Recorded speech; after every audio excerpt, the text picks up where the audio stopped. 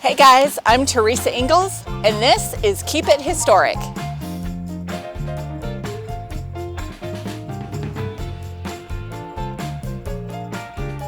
Today I'm learning about this historic house in Lawrenceville, Georgia, from Nicole Marie, owner of Belle La Vie Salon and caretaker of the property.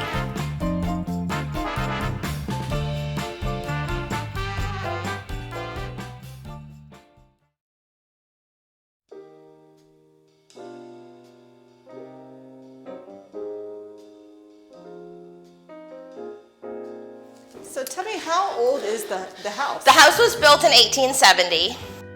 Colonel Simmons that built the home was a Civil War veteran. William served as a sharpshooter in Company C. In 1864, he was captured and became a prisoner of war at Fort Delaware for about a year. In 1865, he signed an oath of allegiance to the U.S. and was released to return home to Georgia. A few years later, in 1869, William married and built the large house for his new family. They moved in 1870. This particular part of it is the original part of the house. This is originally the dining room. There's only two real grand public spaces. So we have the dining room and the original men's parlor. The fireplace has a hunting motif. At that time, in 1870, most homes had public spaces that were designated male and female. So we believe, based on the style of the fireplace in the dining room, that the dining room probably doubled as the women's parlor. So after dinner, the men would retire here and the women would stay in the dining room. So after dinner, these doors would have been closed so that the men could talk about things women shouldn't listen to, like money and politics. We can actually go this way through the other set of pocket doors into the original foyer. They had the original fireplace and all the judges' paneling. That's all original. Original floating spiral staircase and matching stained glass. In 1930, William and Mary celebrated their 60th wedding anniversary, and this photograph of them was taken in front of the house. William died a few months later. We know from census records that the couple never had any children or heirs, so upon William's death, the house passed to a new family. The second family to live here was the Ezzard family. They purchased it in 1930. It was Dr. Ezzard, who at the time was pretty much the doctor for Gwinnett County. He had his practice right on the square, and there's actually a building on the corner of the courthouse that has his name engraved on the top of the building. That was his practice. The Ezzard family owns quite a few buildings in downtown Lawrenceville, and this was their home. And it's still owned by the Ezzard family. His granddaughters own the home now. Yeah, they actually brought the property to me and asked me if I'd be willing. They had seen that I had taken another property that had been derelict and left abandoned for over 10 years. And really tried to bring life back to it, and they wanted that for their family's home, for their legacy.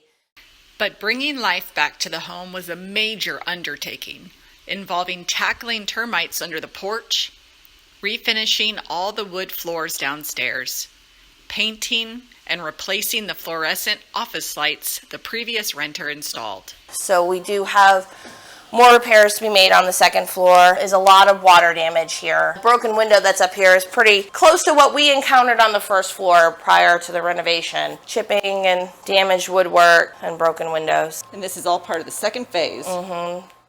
All of Nicole Marie's design choices in the first phase of renovations, from paint colors to hardware and vent covers to lighting, have been inspired by one particular woman that lived in the house, Dorothy Ezzard. Personally, my favorite thing in the house is actually the connection to the owner's family. Well,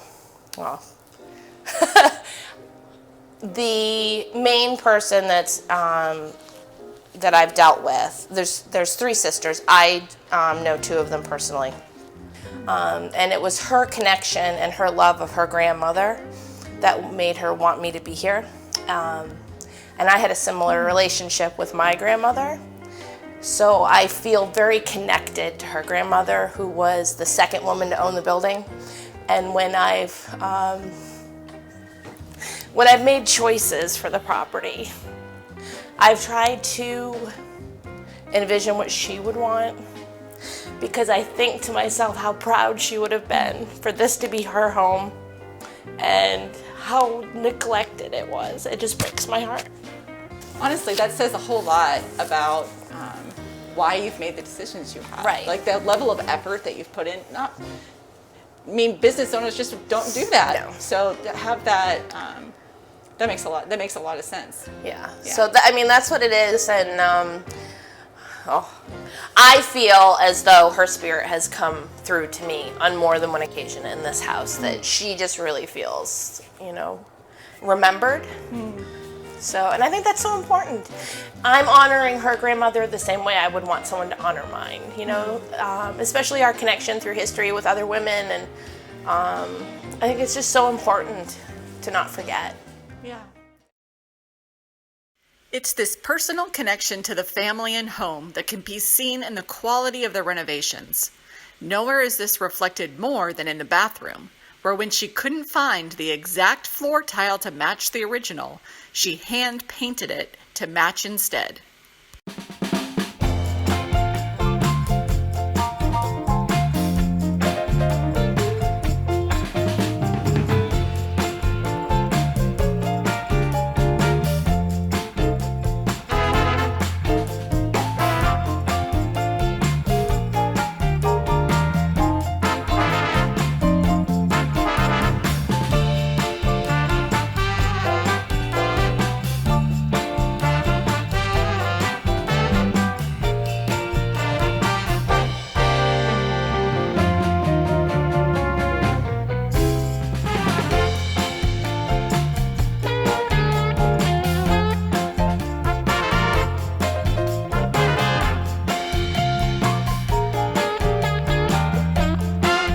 It's rare to have such an ideal relationship between the owner of the historic home and the business that occupies it.